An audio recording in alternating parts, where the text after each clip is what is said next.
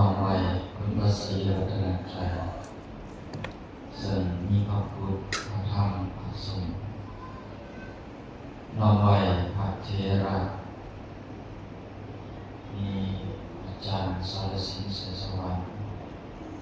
อาจารย์ดังอาจารย์ทองเขียนเสยสิงห์ด้วยครูบาอาจารย์ทั้งหมดเลยนับถือฮักแพงครูบาอาจารย์ในนุเถระของพระสงฆ์สามเณรเจริญพรเกิดญาติโยมที่ออกเดินทางกับในทางครูบาอาจารย์ทองเขียนเสยสิงห์ด้วยพระสุนันทาราญาติโยมเจ้าภาพบ้านงานเราสนามไส้กายานมทุกมูลาที่ไม่ได้ซื้อในสิเดฟันเทจะได้กล่าวเป็นธรรมะสังเวชพอเป็นขอคิดพินิจพิจารณาเพื่อปล่อยให้เกิดความประมาทต่อไปฟังธรรมเนาะนะโมตัสสะภะคะวะโตอะระหะโตสัมมาสัมพุทธัสสะนะโมตัสสะภะคะวะโตอะระหะโตสัมมาสัมพุทธัสสะนะโมตัสสะภะคะวะโตอะระหะโตสัมมาสัมพุทธัสสะสัพเพสังขาราอนิจจาทิฏฐิณบัดนี้ขอโอกาสได้กล่าวธรรมะสังเวชเพื่อประดับสติปัญญาของหมู่เฮาทั้งหลายที่ได้เดินทางร่วมกันมาฟังด้วยความเคารพบอกลงมือแสดงอย่างเมื่อยเดี๋ยวเราไปที่จบผู้คือเทศโดนแท้เมื่อนี้เราได้มาเป็นเจ้าภาพสวดอภิธรรมด้วยและได้มาฟังธรรมด้วยสิ่งที่เราได้จากการมาได้อย่างนี้เนื่องจากเราได้มาอะไรในการจากไปของพระอาจารย์คำใบใช้ปัญญาขอเท้าความไปเพื่อญาติโยมที่ยังบ่ทันรู้พระอาจารย์คำใบใช้ปัญญาที่ว่าเป็นพระมหาเถระอีกองค์หนึ่งเป็นมหาเถระนี่เถระมหาเถระที่อยู่ในแขวงสวรรค์ในเขตชาวกว่าพรรษาพี่น้องไทยสวรรค์เอาเลยมาย่างทางเนาะชาวพรรษาถึงเมืองเป็นเมืองทางฟังขึ้นเถาเจอได้มากเป็นยาไปใช้เอิญย่างทางเอาเถาโอ้ยยังว่าเจ้าของบริเถาเนี่ยไปกะไปเขาห้องน้ำไกลๆแรงวันมันโป่งผมมันเลี้ยวไปเอามาสองสีแต่ตัวว่าจะบอกว่าจะเอิญย่างทางหลงหน่อย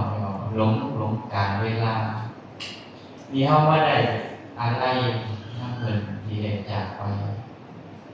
และโดยส่วนตัวแล้วกับวิจักมักคุณกับอาจารย์เข้ามาสำหรับอาจารย์มาแต่ก็เคยเรียนรวมสถาบันเดียวกันตั้งแต่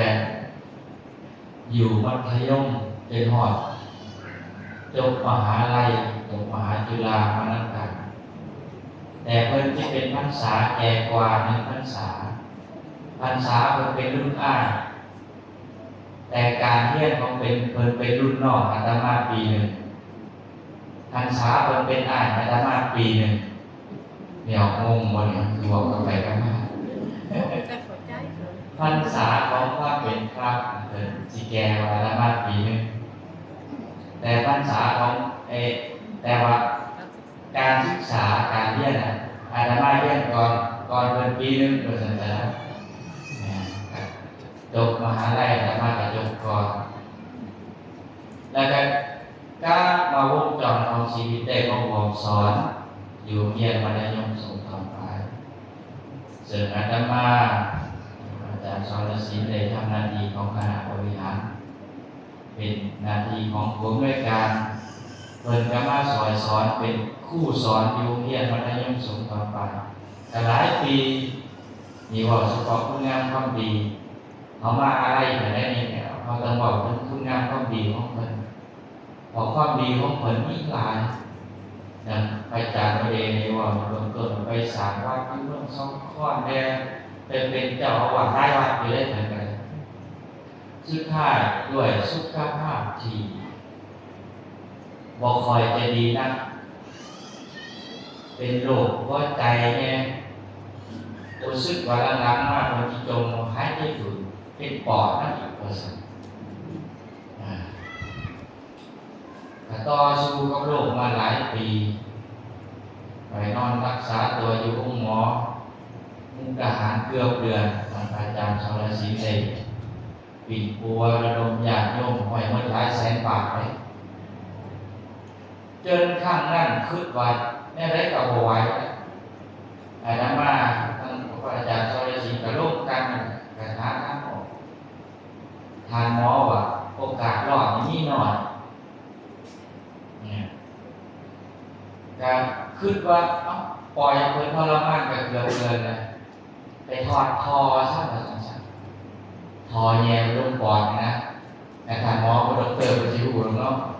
ผู้ใดแย่ข้ออะไรแสดงว่าโมเมนต์50นะเหลือเพียงเส้นได้พอไปถอดแย่ข้อมาผันเว้าได้เพิ่นเป็นปาฏิหาริย์บุญเพิ่นยังมีอยู่จังได๋ว่าได้ลุกขึ้นมาครั้งแรกบอกเลขก่อนเริ่มปรับถ้าถือบ่ถือดอกบ่ได้ถือเลขนำเพิ่นนั่นก็ได้ออกมาบอกง่ายๆว่าสิปล่อยเพิ่นไปในตอนนั้นน่ะแต่ก็ยังปาฏิหาริย์มีจริงที่ด้วยบุญเก่าที่เพิ่นได้สร้างได้ปฏิบัติมาหลายสำนักบำเพ็ญมาหลายบ่จะช่วยเพิ่นฟื้นมาอีกรอบนึงในขณะที่เพิ่นฟื้นมาแล้วเพิ่นก็ทำหน้าที่ของความเป็นครูบาอาจารย์ต่อเทศสอนอยู่ในคณะเผยแผ่ศีลธรรมของนครสวรรค์ผู้บริหารไปแสดงธรรมทำหน้าที่ของความเป็นพระจนวันนัดสุดท้ายขึ้นไหวพระตอนแรกได้ยินพี่น้องญาติโยมทั้งบ้านนั่นเราชนะใช่ว่าเพิ่นจะเป็นองค์แรกในการแสดงธรรมในโรงแมวแมวมือแล้วว่าแสดงธรรมเด้อว่าเขาพรรษาจะเริ่มเป็นมื้ออื่นร้อยมื้ออื่นเช้ามาตักบาตรไปแล้ววรณภาพแล้ว5 โมงครึ่งอาจารย์สรศิลป์โทรมาอาจารย์มาให้นี่บ่เป็นจังได๋อาจารย์เป็นตาตกใจเลยโอ้ยอาจารย์ทำไปเลยนะครับยังต่างหลักกันนั่นแหละไปใช้อยู่คือแบบว่าอยู่วัดเป็นจำภาษาวัดคือเพราะความรู้สึกเป็นยังไม่ได้คือไปชิมรณภาพต้องเห็นกันอยู่แบบนี่นะเปิดกล้องใช่ไหมโอ้ก็เลยพอได้บอกเนี่ยต่อก็เลย6 โมงอาจารย์ต้องเขียนอาจารย์มาหอดก่อนเนี่ยการเบิ่งโอ้แต่สิ่งโลกของเพิ่นนั่นแหละก็เลยว่าเขาได้มาอะไรได้มาเห็น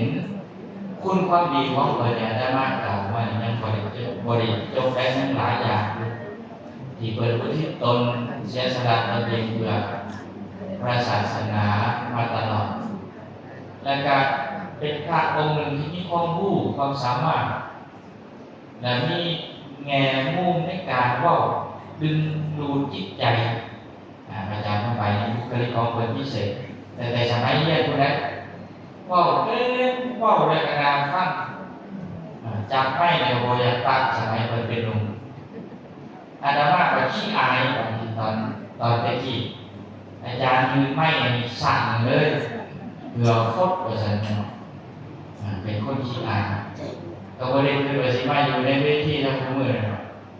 แต่ว่านั้นคือบุคลิกของเพิ่นที่ว่าให้เห็นว่าอันนี้คุณความดีของเพิ่นนอกจากได้มาไหว้อะไร ได้เห็นคุณงามความดีของเพิ่นสีสันไว้แล้วได้เห็นความหักได้เห็นความรักได้เห็นมิตรภาพนี่มาเลยมิตรภาพได้แล้วบอกภาษาชาวบ้านมาโดยมิตรภาพมาโดยความหักอย่างหนึ่งละภาษาพาออกมาด้วยศรัทธาคือบอกหลายภาษาเนาะความหักอีกหนึ่งล่ะหักในตัวของอาจารย์หลายคนเคยฟังเทศหลายคนเคยเห็นเพิ่นหลายคนเคยฟังสูตรเพิ่นก็ขึ้นเห็นโอ้พระอาจารย์ทำไปกันมากมีหักในตัวของพระอาจารย์สองหักแห้งในญาติมิตรในญาติมิตรคือพี่น้องอาจารย์ทำไปแน่แต่ญาติมิตรทำเอาเนี่ยเอาไปทำไปกันด้วยความรักความแข่งกันกับไปบางคนก็อยู่ในหลายคนก็ที่รู้อาจารย์ทำไปแต่หลายคนก็รู้เป็นอย่างดีธรรมะมาได้ความรักไม่ใช่ได้ความรักในธรรมเนี่ยสุโมนีนะมาธรรมได้สุดนี้นะการมองว่าโอ้ยังพูดเทศยังใส่ยังขวาอันนี้ยังนิ่งอยู่แสดงว่าหักหรือว่าศรัทธาในธรรมนี่ได้ความหักได้ความเห็นใจคนเฮาเนี่ยอยากโยมทั้งหลายเห็นกันนี่ให้เห็นใจกันบ่ให้เห็นหน้ากันนะจะเห็นใจกันว่าเป็นมิตรแท้หรือมิตรเทียมให้เบิ่งตอนนี้ล่ะตอนลมหายใจจากยามเจ็บอาตมาจะบอกอยู่เสมอว่ายามเจ็บยามจนยามจากยามเจ็บก็คือเจ็บไก่ได้ป่วยได้เบิ่งแย่งถามไทยสารทุกข์สุขดิบนี่ยามเจ็บยามจนยามขาดเคินที่เพื่อนเหนือคือเพื่อนใต้ก็พอได้ซอยกันแบ่งเบาซึ่งกันและกันเนี่ยคนเราเองไม่ตีจิตตอนนี้ไม่อยากโยมยามจากแบบนี้ได้จากเป็นการจากทำไมเข้าก็ได้มาเห็นได้มาแสดงออกเสริมความกตัญญูกตัญเวทีได้ไปเห็นนาทีของความเป็นชาวพุทธด้วยอาตมาบอกไปก็เป็นไม้ไปเลยเพราะว่าขันไม้นี่ตัวเดียวให้ไม้ตัวหนึ่งมันออกอากาศถ้าว่านั้นที่ไปเป็นเรื่องที่เอาขึ้นบ่ได้พอคู่มือเป็นไล่สดแต่ก่อนในแค่นี้ว่าพี่ไปได้ยินแต่ได้เท่าเนาะนี่ว่าพี่ไปได้ยินทั่วโลกไปบอกว่าเบาอยู่แต่ออกทั่วโลกแต่ว่านี่แหละเขาได้เห็นในสิ่งนี้อย่างโยมนอกจากนั้นได้เห็นของการปล่อยวางในชีวิตมางานศพไปไหนอย่างโยมว่าเป็นอะไรจะเห็นความปล่อยวางชีวิตเท่านี้หากินแทบล้มแทบตายคำบ่ได้ยืดขึ้นบ่ได้อยู่เพื่อหาเลี้ยงชีพเลี้ยงครัวเลี้ยงเมียเลี้ยงครอบเลี้ยงครัวเนี่ยแต่ว่าสุดท้ายแม่ออกเอายังไปได้อย่างนมยังไปได้ได้แต่คุณงามความดีได้แต่บุญกระบาดติดโตไปน้ำเนาะลดเอาไปน้ำได้เนาะหน้าเนี่ยเพื่อนเนี่ยลูกผัวเนี่ยไปน้ำได้เนาะพ่อได้สุดท้ายไปผู้เดียวเนาะไม่อยากดีบอกไงนี่เลยอยากโยมเข้าได้ก็นี่ได้ความปล่อยว่าง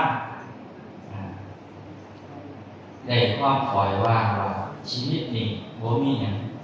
เป็นแก่นสารชีวิตนี้บ่มีอย่างกีรังอย่างยืนนะที่เท่านี้มีแต่เกิดอยู่ไปได้อย่างหนึ่ง ถ้าโชคดีก็มีโอกาสได้แก่ถ้าโชคบ่ดีเกิดแล้วตายเลยก็มีแล้วแต่บุญผลกรรมของเราผู้ใดมาขาดสัตว์ปักเปลี่ยนสัตว์กับอายุสั้นได้ผู้ใดมารักษาศีลสร้างงานทำบุญอายุยืนยาวหรือถ้าผู้ใดมาเปลี่ยนสัตว์แม้จะบ่ตายครับเป็นโรคอ่อนๆแอดได้สนองกรรมเด้โอ้ว่าอันนี้บ่เป็นตาเขาวันเขามาวันที่จะบอกเรื่องบาปเขาบุญนี่เนาะ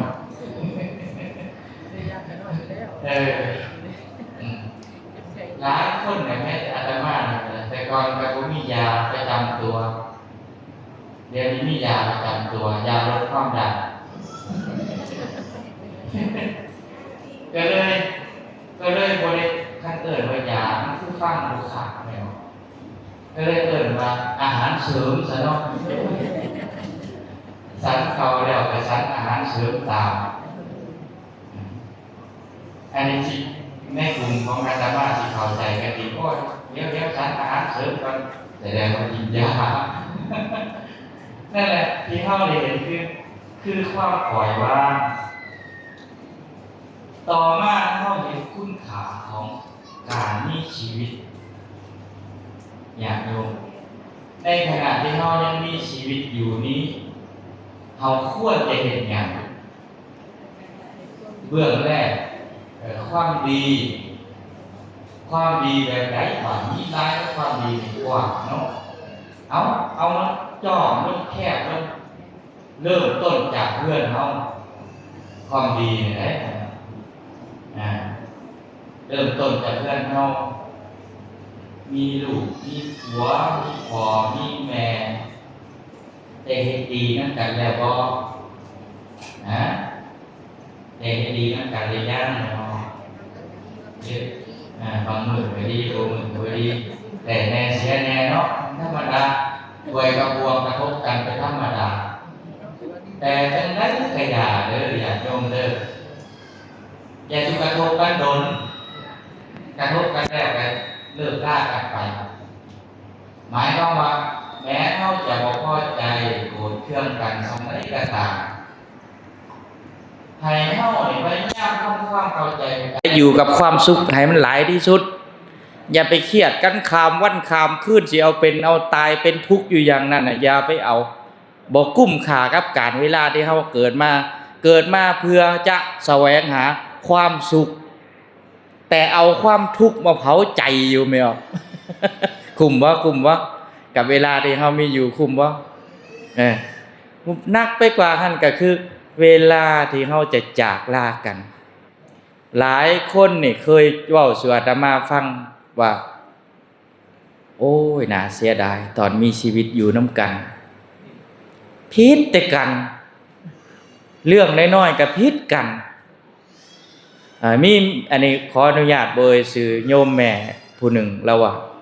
พระอาจารย์เอ้ยเขาน้อยกับผัวนั่นตอนผัวยังอยู่นี่พิษแต่กัน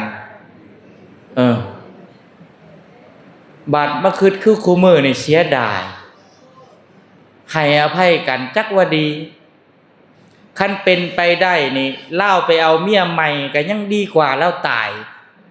วาดฉันได้แล้วว่าไม่ออกผู้ใดยังมีสามีอยู่นี่แมนบอกให้เล่าเอาเมียใหม่ดีกว่าแล้วตายแล้วอาตมาก็เลยถามต่อยได้ต้องฟังเหตุผลเราเพราะว่าการที่เรายังมีชีวิตอยู่แม้น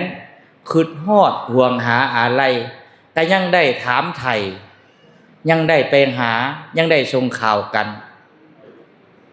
ฟังก็อึ้งไปนำอาตมาครับโอ้แมนแท้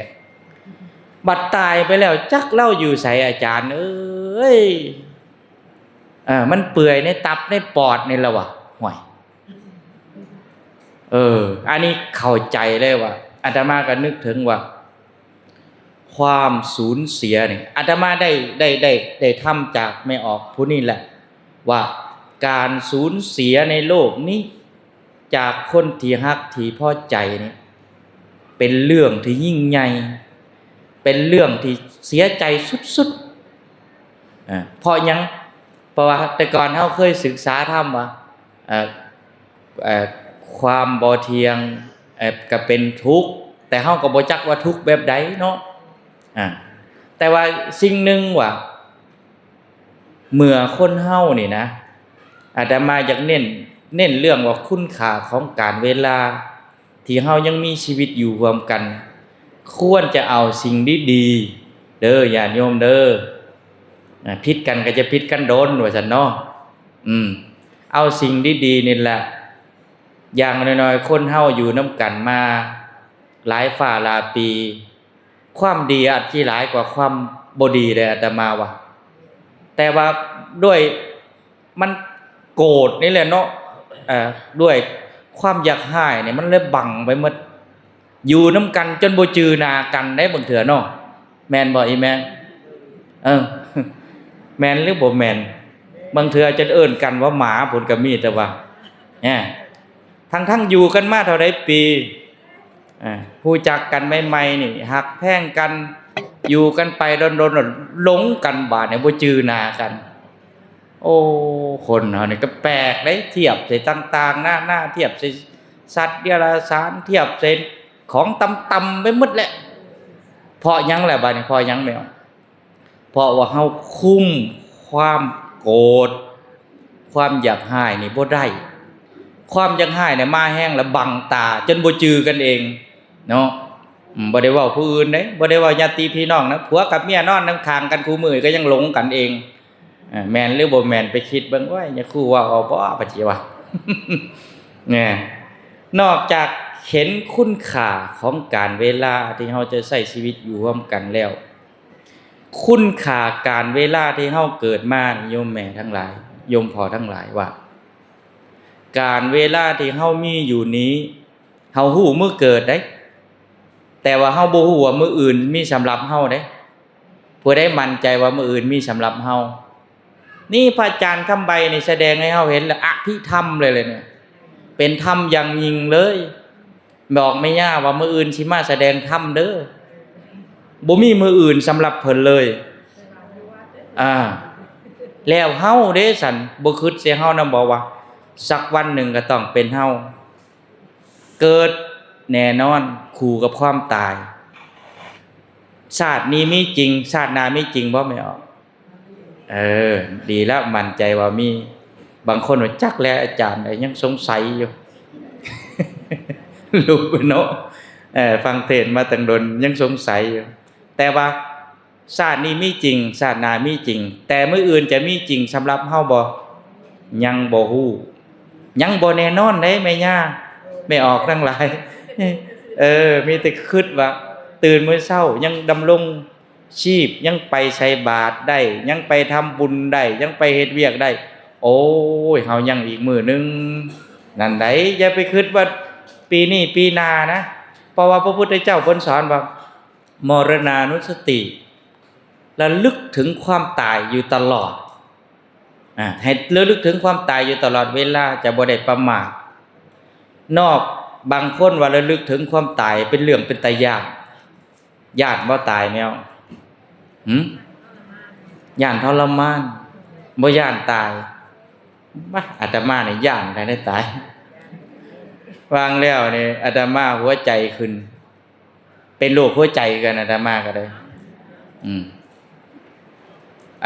ประมาณ2 ปีหลังแหละโอ้ยจิได้ฮู้ผู้ใดเป็นหมอสิฮู้จักดีว่าทรมานขนาดใดตอนใจสิขาดเจ็บซ้ำเอาสร้างเหยียบนี่หัวใจนี่ได้เจ็บหมดนี่นะโอ้ยตัวเย็นแล้วกำหนดหูแล้วตีนเย็นแล้วหัวก็เริ่มเย็นมาแล้วมือเย็นมาแล้วยังแต่วางนี่ยังบ่ทันเย็นตอนเว้าได้ก็เลยระลึกได้สั่งล่าแล้วได้อาตมาก็ล่าบ่แม่นหยังดอกล่าให้หมู่ใช้หนี้ให้บอกว่าผู้นั้น ยังเป็นหนี้ผู้นั้นผู้นี้เด้อก็เหลือจากงานศพก็ไปใช้หนี้ให้แน่ผม ถามพระอาจารย์โอเดก็ได้เนี่ยพระอาจารย์บอกพระอาจารย์โอเดไว้ว่า ไปใส่หนี้ในเด้อติดหนี้ผู้นั้นผู้นี้เหลือจากการจัดงานศพเพราะว่าขั้นตายไปแล้วด้วยการเป็นหนี้เขาจะไปเป็นลูกเป็นคนใส่ครับอีกหลายภพหลายชาติสั่งล่าอะไรได้อาตมาแต่ก็ด้วยที่แม่นว่าบุญยังมีอยู่หรือว่ายมทูตเพิ่นเตือนแล้วเตรียมตัวเด้อเข้าคิวแล้วได้เดี๋ยวว่าเนาะเพิ่นเตือนแล้วเพิ่นส่งจดหมายหน่อยมาเตือนเตรียมได้เข้าคิวแล้วได้นี่ได้ไม่ออกก็บ่เหลือพอก็บ่เหลือเนี่ยคู่ก็บ่เหลือได้นี่ถึงเวลาไผเวลามันนั่นแหละเฮาจะได้เห็นคุณค่าว่าการเวลาเนี่ยมันเป็นคุณค่าที่สำคัญและบ่สามารถย้อนคืนมาได้ไปหน้าเต็กจากน้อยก็ใหญ่จากใหญ่ก็แก่จากแก่ก็เฒ่าจากเฒ่าก็เป็นฐานแม่นบ่เนาะเฒ่าแล้วก็เป็นฐานนะบัดนี้ยังโชคดีได้เป็นเฒ่าก่อนจังเป็นฐานบางคนนั้นบ่ทันได้เฒ่าเป็นฐานแล้วเขาเผาแล้วเนี่ยเฮานี่ภูมิใจเด้อเฮายังโชคดีเฮายังมีชีวิตอยู่ได้บัดนี้นอกจากบ่แม่นเทศดลพุ่นนี่บ่แม่นคือเริ่มเอียงซ้ายเอียงขวาแล้วบัดนี้นอกจากสิ่งเหล่านี้แล้วได้เห็นว่าเฮานี่อาตมาเกินในเบื้องต้นแล้วว่าเอาหยังสักอย่างไปบ่ได้ในโลกนี้มีเงินมีค่ำมีสมบัติส่งเฮาไปฮอดไสแม่ฮอดโรงหมอเนาะไปหาหมอยาดีๆเอามาใส่หมอดังๆไปหาซื้อคนสุดท้ายแม้แต่หมอดีผีดังเทวดาศักดิ์สิทธิ์ก็พึงบ่ได้กันฮอดมือแต่ก็ต้องไปหาคือเก่าหาหมอน่ะอาตมาเข้าใจคนป่วยว่าวาระที่พึงที่สุดท้ายของชีวิตนี่คือพึงหมอหมอนี่โอ้ยเห็นหมอในชั้นเทวดาผู้คนไข้ได้เห็นหมอในชั้นเทวดาบัดเช่าไข้อะไรจักจะเห็นหมอเป็นเทวดาบ่หรือบ่บ่แต่บ่เห็นหมอเป็นเทวดาบัดเช่าไข้เนาะย่านม่วนคือวัยรุ่นลูกหลานเฮาคุมื้อนี่ม่วนกับชีวิตบ่คิดว่าสิตายไว้เด้แล้วก็คุมื้อนี่การตายคุมื้อนี่เป็นเรื่องที่ประมาทหลายอาตมาเห็นอยู่บ่งไหนเห็นอยู่ในเขาถ่ายทอดสดเห็นนะเขาอัดวิดีโอคันวัยรุ่นตายก็เปิดเพลงปาร์ตี้เต้นกระเดวกระเดวกระเดวมันบ่อ้อมโลงตายหลงปานนั้นบัดนี้เห็นพ่อใหญ่นึงนี่นะทางในเมืองทางนี้น่ะบ่เอ่ยชื่อเมืองเรามักหนุ่มหน้านอนหนาวก็เปิดหนุ่มหน้านอนหนาวให้เล่าพอเล่าสั่งไว้ว่าเล่าตายน่ะบ่ให้โศกให้เศร้าให้เปิดหนุ่มหน้านอนหนาวให้แน่ว่าซั่นก็เปิดผ้ากันฟ้อนอ้อมโล่งอ้อมกองพรแล้วก็หลายๆบ่อนที่เห็นขึ้นไปขึ้นมาก็ขึ้นในแง่ดีก็ดีนะตั้งแต่แห่ศพเขาก็เปิดเพลงคู่มือเนี่ยแต่ก่อนเนี่ยคู่จนจะเป็นล่มสูตรยอดมุกแต่เฮือนพุ่นสิวหังยาตานังรูปังยาตานังเขาเลยหายใจเข้าหายใจออกจนข้อแหบมันจะหอดประสาทเมื่อขึ้นไปขึ้นมาก็ดีตัวเดี๋ยวยังคู่ได้พักผ่อนขึ้นทางดีได้นี่เด้แต่ว่าญาติโยมคนเฮามันหลงตายมวนอย่างเดียวบ่ฮู้คุณค่าของชีวิตว่าเฮาก็จะต้องตายการตายบ่แม่นเรื่องตลกได้แม่นการตายเป็นเรื่องน่าเศร้าน่าสังเวชสำหรับปุถุชนคนธรรมดาแต่การตายของพระอริยเจ้าเป็นเรื่องที่ดีพอจะได้เปลี่ยนภพภูมิใหม่ที่ดีขึ้นเห็นบ่มุมมองต่างกันนี่แหละเข้ามามื้อนี้ญาติโยมอาตมาสิสรุปให้ฟังในเบื้องต้นว่าอาตมาว่าสัพเพสังขาราอนิจจาเกินเป็นภาษาบาลีนะแปลว่าสังขารทั้งหลายทั้งปวงบ่เที่ยงทุกอย่างในโลกนี่มีทั้งสังขารครอบงำ มีทั้งวิญญาณครอบงำและบ่มีวิญญาณครอบงำล้วนแล้วแต่บ่เที่ยงตกอยู่ในกฎแห่งไตรลักษณ์เว้าภาษาธรรมเกินไปแม่ย่าสิหลายคนสิบ่งงบ่นี่ นี่ย้อนขึ้นมาใหม่แม่ย่าไม่ออกทั้งหลายทุกอย่างในโลกนี่ล้วนตกอยู่ในไตรลักษณ์ทั้งมี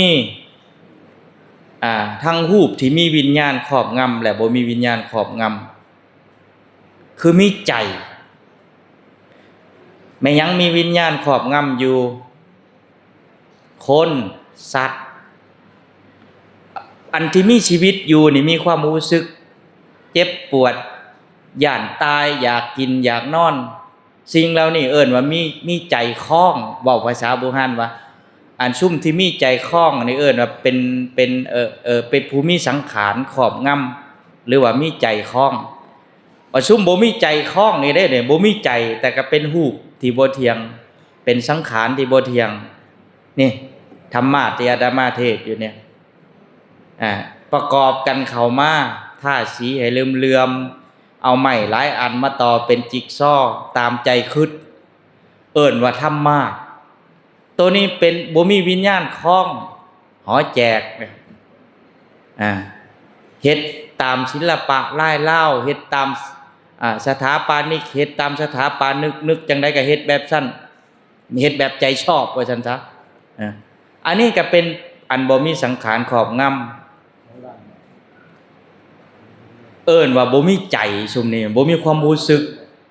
แต่ลดบัดนี้มันมีอาตมาไปอ่านอรรถกถาบางอรรถกถาว่า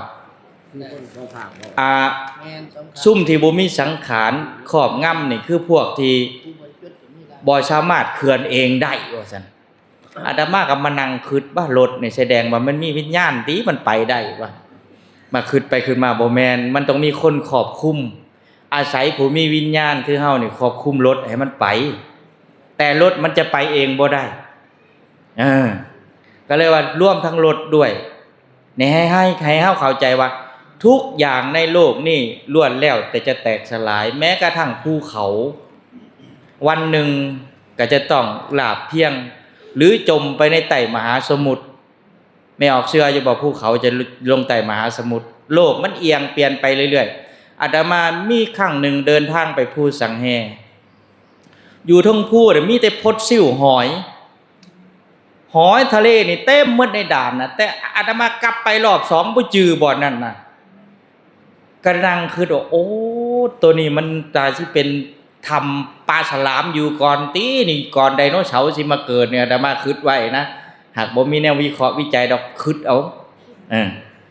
เห็นพดซิ่วหอยนี่เต็มอยู่แต่ไปหลังๆนี่พยายามจะเห็นก็บ่เห็นพอจะถ่ายรูปไว้เป็นหลักฐานว่ามันมีพดซิ่วหอยทะเลอยู่ในภูสังแฮเห็นบ่ทุกอย่างมีการเปลี่ยนแปลงเด้อแม่ย่าเด้อมีอนิจจังความเปลี่ยนแปลงบ่เที่ยงแท้แน่นอนทุกขังคือความทุกข์เมื่อเกิดขึ้นแล้วสิ่งใดบ่มักบ่พอใจเป็นทุกข์เนาะหมู่ด่าก็เป็นทุกข์เป็นบ่หมู่ย่องเป็นสุขเจ็บไข้ก็เป็นทุกข์อยู่ดีมีแห้งก็เป็นสุขจะหมุนเวียนอยู่อย่างนี้แหละสุดท้ายอนัตตาบ่มีตัวตนควบคุมบ่ได้คืออาตมาเว้าอะไรถึงที่สุดแล้วก็ต้องแตกสลายมีหยังล่ะจากดำเป็นดอนจากมันเป็นค้อนมันสิกลับกัน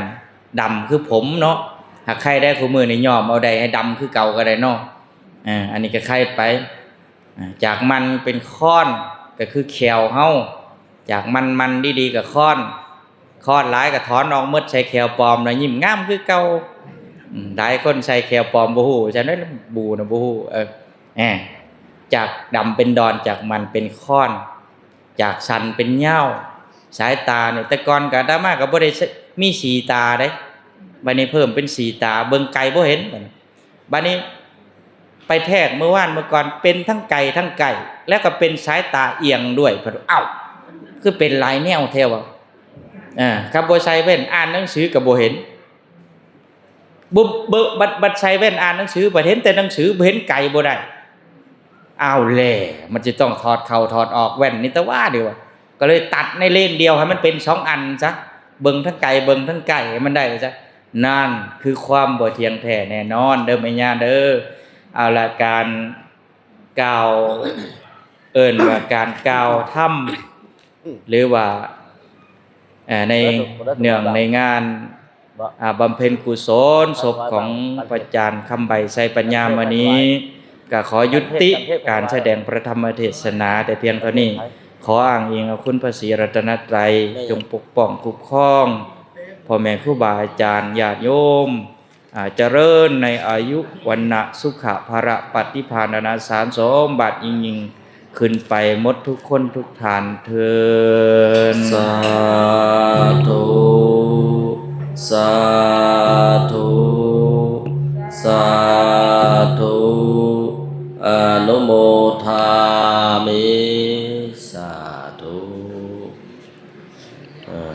อนุโมทนาในความเมตตาของพระอาจารย์ได้เมตตาได้ให้โอวาทแสดงธรรม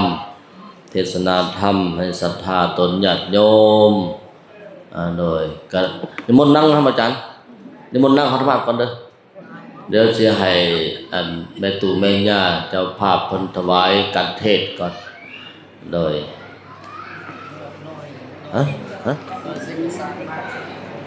แม่น้อยเสสารมาบอก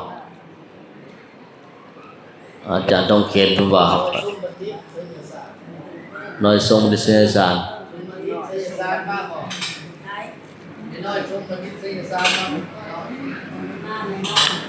เอาคุณแม่ทองใส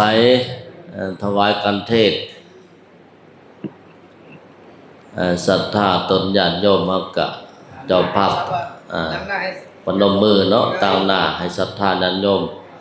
บ้านดมวิไลถวายกันเทศพระอาจารย์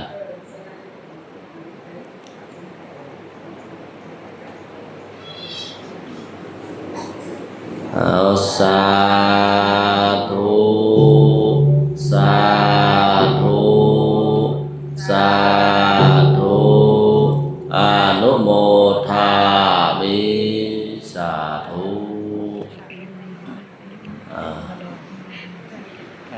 มีเรื่องจะถวายครับเอาต่อไปนี่ก็ได้ยังเลยจ้ะแป๊บนึงถวายยังบ่เอาญาติโยมยังถวายกันเทศเนาะญาติโยมเขาจะถวายกันเทศกะเชิญเด้อแม่ตู่แม่ย่าศรัทธาตนญาติโยมเนาะแม่ตู่แม่ย่าเด้อนอกจากแล้วงานศพพระอาจารย์คำใบแล้วสิมีเทศใหญ่เด้วัดโพไซวันที่5 กันยายนธรรมสัญจรทั้งพระครูบาอาจารย์ลงมามัดมือญาติโยมวัดดมวิไลเด้อวันที่5 กันยายนแล้วมาฟังเทศอีกพระท่านได้สมบูรณ์จะลงมาเทศกะอนุโมทนาเนาะก็มื้อนี้ก็ทั้งพ่อแม่ครูบาอาจารย์ทั้งญาติทานทองเขียนสัญญาสิงห์พร้อมด้วยครูบาอาจารย์และศรัทธาญาติโยม